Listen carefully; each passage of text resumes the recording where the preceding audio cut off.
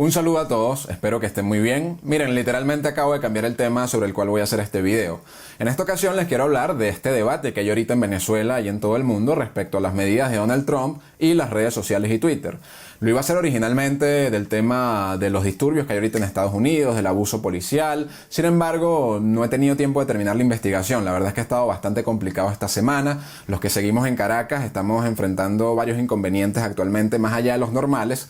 Sin embargo, no se trata de victimizarnos e igual tengo varias cosas importantes que comentarles sobre este tema. Aclaro que va a ser un video de opinión, no va a ser propiamente un video de investigación o de análisis. Y hasta cierto punto voy a improvisar, que es la primera vez que lo hago. Sin embargo, como les dije, es un tema sobre el cual tengo el ojo puesto desde hace bastante tiempo. Y les quiero compartir mi visión al respecto. Les recuerdo que les habla Reinaldo Carrillo. Los invito a que me sigan en mis redes sociales. Ahí voy a seguir compartiendo información de todo tipo, información valiosa sobre temas que son sumamente relevantes para nuestra actualidad. Y bueno, lo primero que hay que decir sobre este tema de Twitter es que el que les diga que Trump está censurando a Twitter o el que les diga que estas medidas de Trump, que la orden ejecutiva de Trump vienen por lo que le hizo Twitter a Trump en los últimos días, sepan de una vez que esa persona no está familiarizada con el tema. Es una persona que no está informada sobre lo que está diciendo. Para contextualizar rápido, Donald Trump hizo un tweet hablando sobre cómo la propuesta de votación por correo que hay en Estados Unidos puede terminar siendo algo fraudulento, y Twitter marcó ese tweet con una especie de advertencia sugiriendo que era información falsa. El punto es que si bien esto pudo haber sido el desencadenante, esto es un asunto que viene desde hace muchos años, desde hace mucho antes. Muchos seguidores y personas que no son sus seguidores tienen años pidiendo que se atienda este tópico. ¿Por qué? Porque Twitter, Facebook, YouTube, Google tienen años censurando un número no pequeño de personalidades y medios solamente por sus opiniones políticas. Se puede o no estar de acuerdo con lo que dicen, pero Proyecto Veritas, Gavin McInnes, Milo Yiannopoulos, Owen Benjamin, Infowars, E. Michael Jones, Alex Jones, True News, Nicolás Fuentes, Michelle Malkin, y digo todos estos ejemplos para que no crean que es un fake news. Todos estos son casos de personas o medios con un alto nivel de influencia que han sido censurados en estas redes, bien sea expulsados totalmente de estas plataformas o con métodos de censura más suaves como shadow banning, quitándoles la capacidad de monetizar, entre otros mecanismos que básicamente limitan el alcance que pueden tener.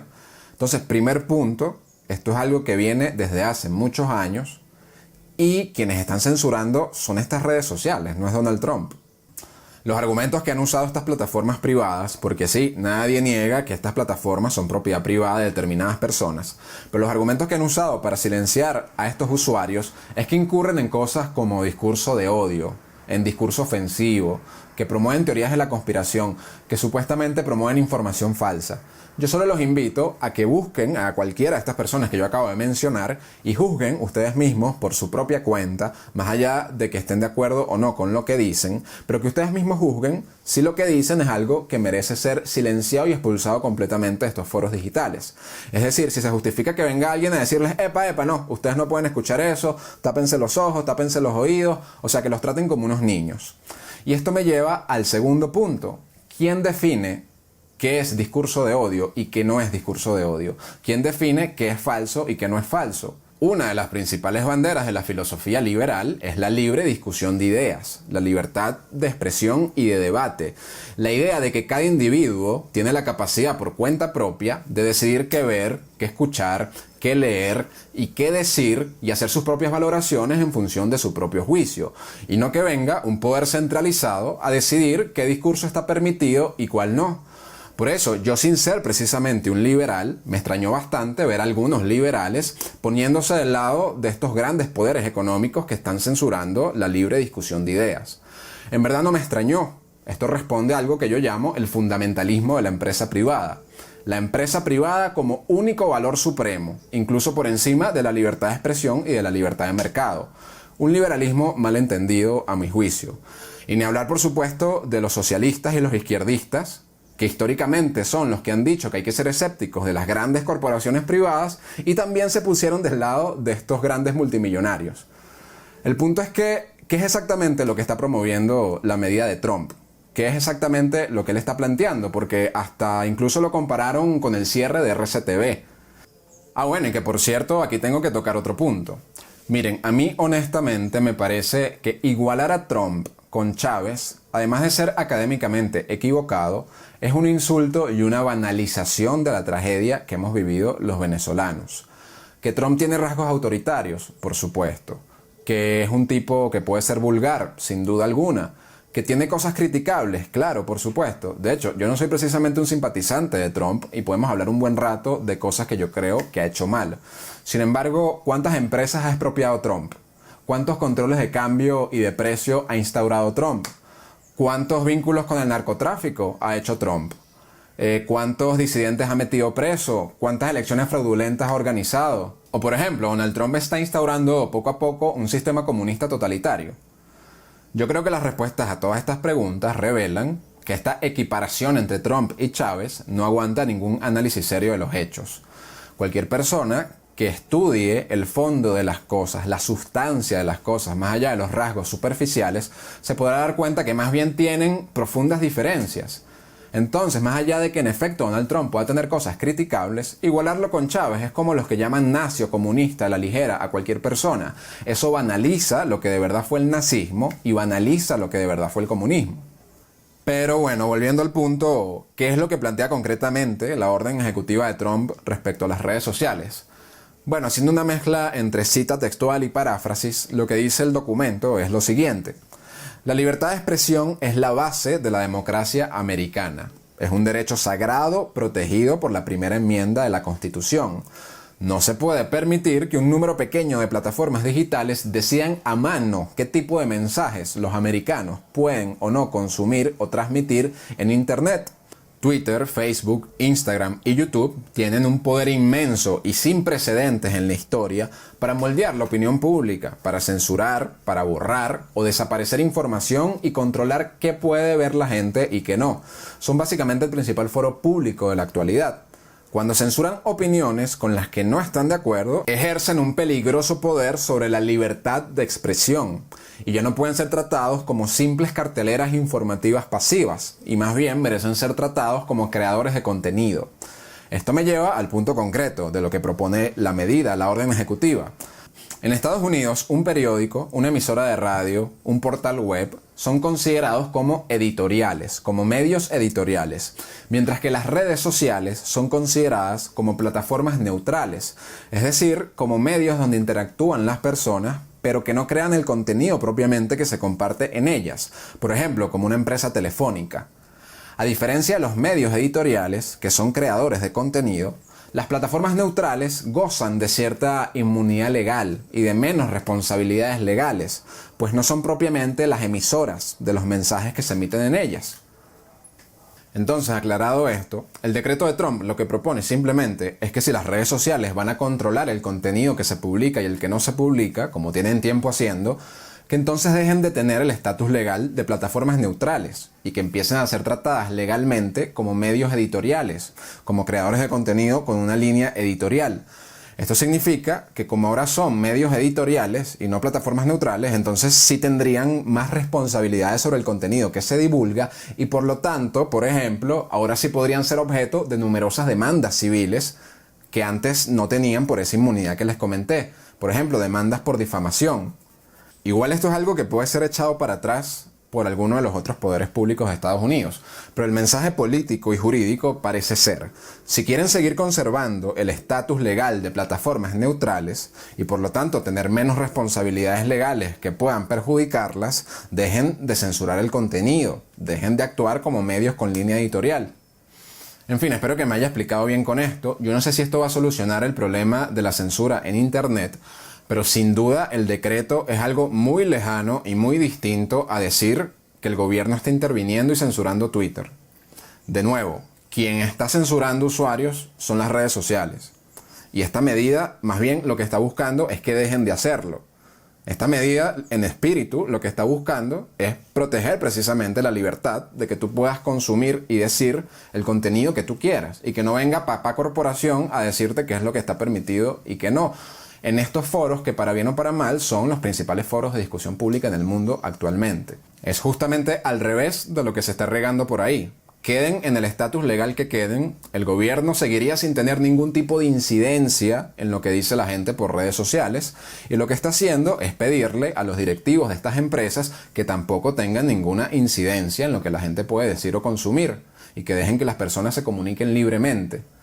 Entonces, vale decir que se comuniquen libremente con las limitaciones que ya existen históricamente desde hace tiempo para la libertad de expresión, que están penadas por la ley. Por ejemplo, usted no puede usar la libertad de expresión para incitar a un crimen concreto o a una persona concreta.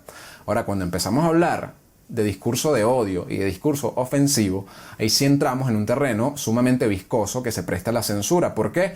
Porque yo puedo decir, por ejemplo, que se prohíba la expresión y discusión de ideas comunistas, porque eso a la larga trae miseria. O alguien puede decir que se discuta o prohíba la discusión de ideas capitalistas, porque eso trae empobrecimiento para las personas. Eso es un área, y me recuerda a un video que están difundiendo ahorita de Angela Merkel, que a mi juicio está equivocada. Entonces, las limitaciones a la libertad de expresión ya están muy bien establecidas desde hace tiempo. Y tiene que ver con daños concretos que se le puedan hacer a personas concretas a través del uso de los medios de comunicación. Pero yéndome de este evento particular, yéndome de lo específico, yendo hacia la fotografía grande, quiero volver a este punto que me parece muy importante, que es el del fundamentalismo de la empresa privada. Y yo creo que lo primero que vale la pena aclarar es que no existe tal cosa como la libertad absoluta de la empresa privada, la libertad absoluta de hacer lo que absolutamente uno quiera con la propiedad privada. Por ejemplo, si tú tienes un restaurante, tú tienes que ceñirte a determinadas regulaciones sanitarias. Si tú tienes un carro, tienes que respetar ciertas normas y ciertos límites de velocidad. Si alguien comete un crimen, el Estado tiene la potestad de intervenir su casa. Para que exista Estado de Derecho, para que exista libertad y democracia, tiene que haber límites legales a la propiedad. Entonces, creer que cualquier tipo de regulación estatal sobre la propiedad es mala y debe ser rechazada, no solo va en contra del liberalismo, sino que va en contra de la realidad. Entonces, así como hay comunistas que tienen su manual de librito, hay muchos liberales que sacan su manual de librito y se olvidan que muchas de estas cosas dependen de cada situación en particular. Es deseable que haya un ambiente propicio y que haya libertades para la empresa y para la competencia. Pero, por ejemplo, si una empresa telefónica empezara a impedir que usuarios usaran su servicio solo por la forma en la que piensan, tendrían los poderes del Estado toda la potestad de tomar cartas en el asunto. Ahora imagínense que esa es la única empresa telefónica que hay en ese país, pues con mucha más razón. Entonces, ¿qué le van a decir? Que vayan y construyan su propia empresa telefónica. Yo creo que hay que ser más realistas y más empáticos, con todo respeto. Otra cosa que yo, sin ser liberal, les recuerdo. Uno de los principios fundamentales del liberalismo es la protección de la soberanía del individuo frente a cualquier tipo de poder que amenace su libertad.